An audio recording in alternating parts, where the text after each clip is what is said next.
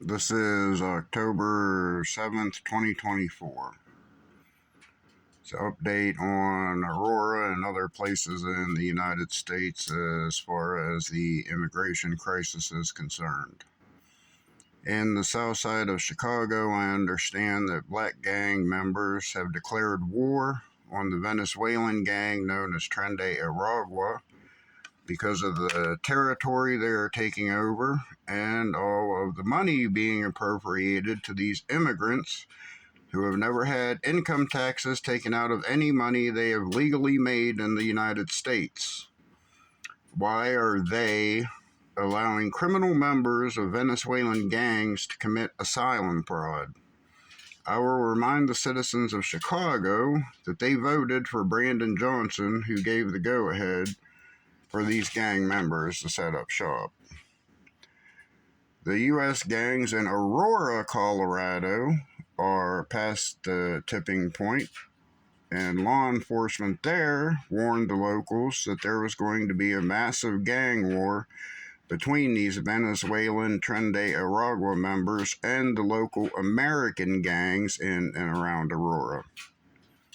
In a video from July 28 this year, John Fabricator, former director of Immigration Customs Enforcement in Colorado, said, quote, "There's about to be a big gang war," end quote.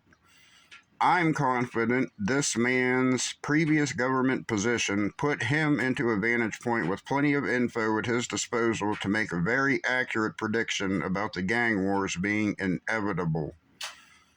These sanctuary cities are encouraging, if not rewarding, this behavior by, one, paying them a hell of a lot more than most Americans make each month, busting their humps, keeping this country running, and two, law enforcement in these sanctuary cities are not turning these gang members over to immigration enforcement to be deported.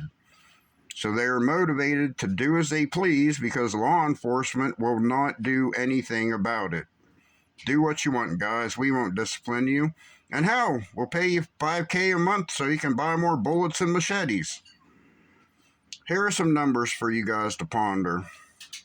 Trende Aragua emptied out a 99-unit apartment complex in 1 week. Trende Aragua is a Venezuelan prison gang originally. This kind of behavior with the immigrants and these gangs, Trende Aragua, MS-13, and others, is happening in cities from Miami to New York City.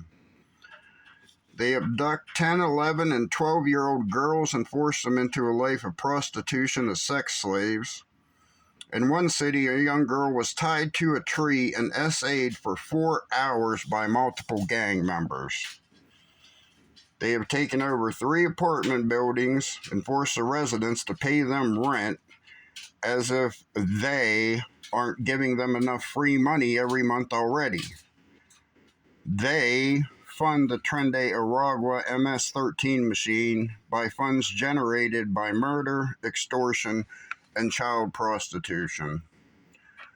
I got kicked off of Facebook last night for exercising my First Amendment, so I'm choosing my words more wisely now. I think you can figure out who I'm referring to when I say they. Thanks for listening. Have a good day. God bless us all.